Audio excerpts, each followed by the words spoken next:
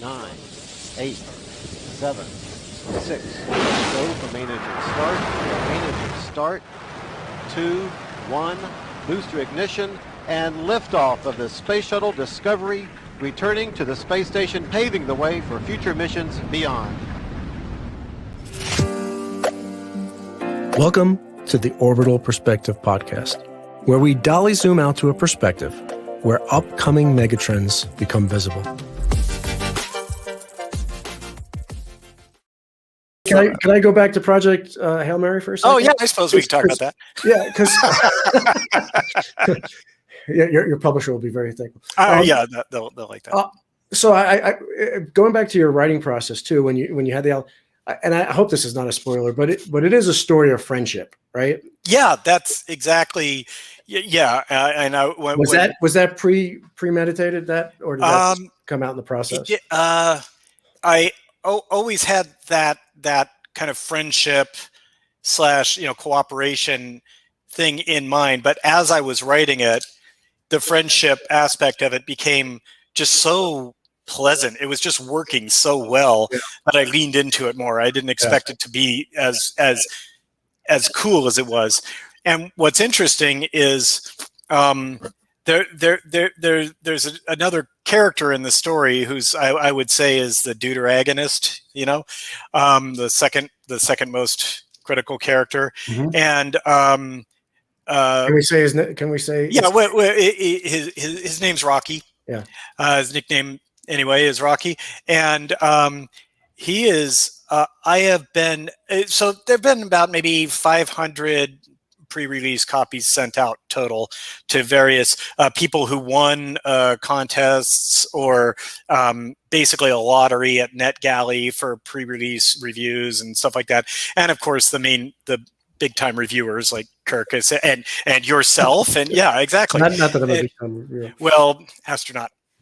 So never forget Astronaut. So anyway, the feedback I've gotten has been very positive, which makes me feel good because I crave external validation.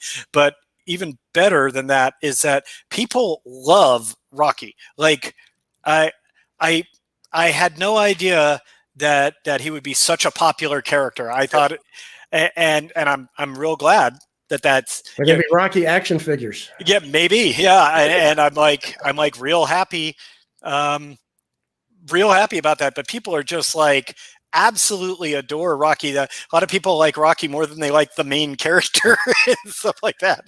So Rocky is not his real name. Maybe it is now. But one of the things I wanted to ask you is why do you think it is that we have to name everything? Because your character Riley Grace has to name everything, right? Because he's the first to see a lot of things, so he has the honor of naming this. Why as humans are we so driven to name everything? Well, I mean, for the purpose of communication with other humans, right? Yeah. If I say, hey, this is a nail clipper, then from now on I can just say nail clipper and you know what I mean. Yeah. I don't have to go like, this thing, I mean, so for the purpose of language, we have to have words that associate to objects, and individual people, you can't just call them, person. I was talking to a person. Yeah. You need to know which one. Right. But I just found it entertaining and interesting that the character was so. I mean, he took so much pride in being the person to name this and name that, and, So. Yeah, he kind of random. Well, in some cases, he was just. He's like, I got to come up with a name for this. I got to call it something, and so I'm going to call it this. Yeah. So, the other thing I really liked is the dedication in the book. Oh, yeah. I don't know if we could talk sure, about it. Yeah. It's rather curiously dedicated to John, Paul, George, and Ringo. Yeah, that got my curiosity up in the beginning of the book. So there are a lot of overt and covert Beatles references in the book. Yeah, quite a few. More than you might suspect. Yeah.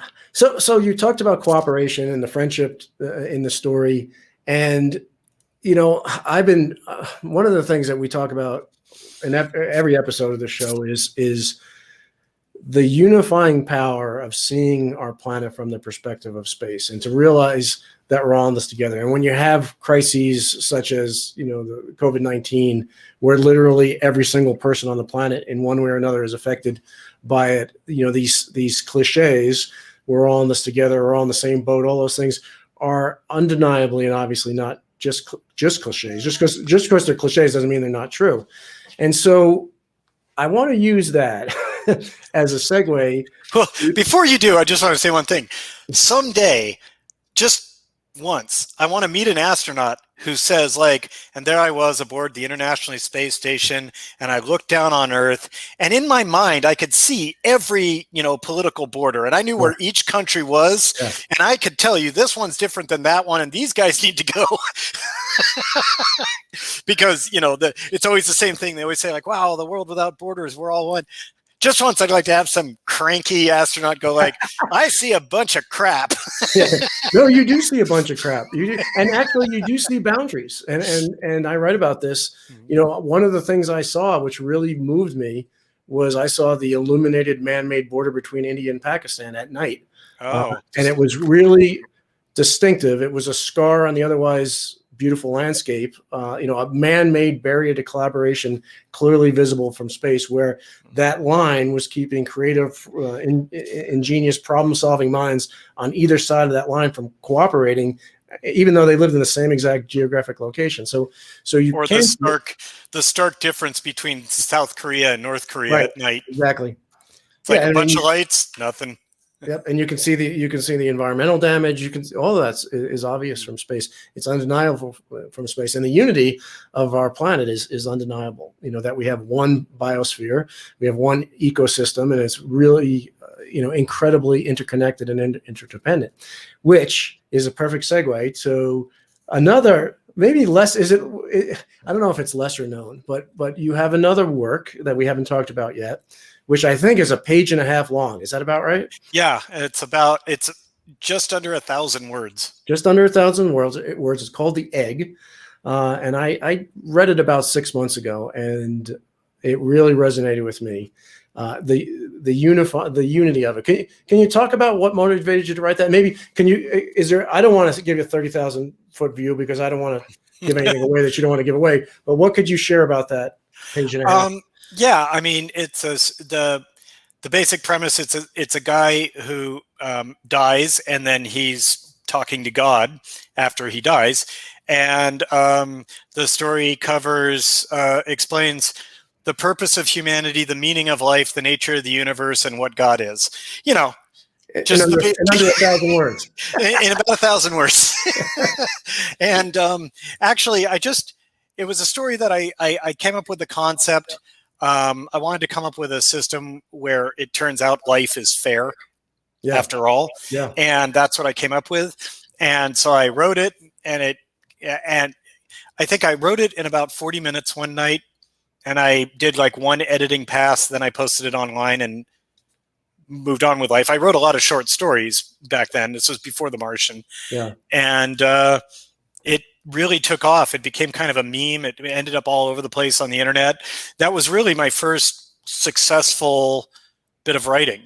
Yeah. What really pissed me off about that story is I read it after I finished my manuscript for Floating in Darkness, and Floating in Darkness is not it's not coming to the same conclusion, but it's coming to a similar conclusion. And I'm like, this guy did this in a page and a half. It took me 415 words to not even come close. So, well, I mean, you could also say that, in The Egg, I mean, I don't know if it's worth not giving spoilers for a 1,000-word short story, but pretty much almost everything in The Egg can be found in various religions. Right. So I don't think there's any concept in The Egg that isn't at least 1,000 years old, right? Well, you say in The Egg, all religions are right in their own way. Yeah. The other thing you dive in a page and a half is the nature of time, which is another interest. I don't know how deep you want to go there, but time. Time within the story of The Egg, for God, time is whatever God wants it to be. It's nonlinear. It can, it's just, yeah. And the person who died is like, wait, trying to ask questions about it. And God's like, look, I could try to explain it, but you just wouldn't understand. you just don't even try. So, but yeah, it's just a story I wrote. And the thing, I always kind of, whenever the subject of the egg comes up, I always want to say this. I do not believe that it's true. It's a story that I wrote. It's fiction. You would be probably shocked at how many emails I get from people who have decided that is true. That has now become their religion. Wow. And I'm like, I don't want to start a religion. I just wanted to write a short story. Yeah. And I've even had people argue with me about it.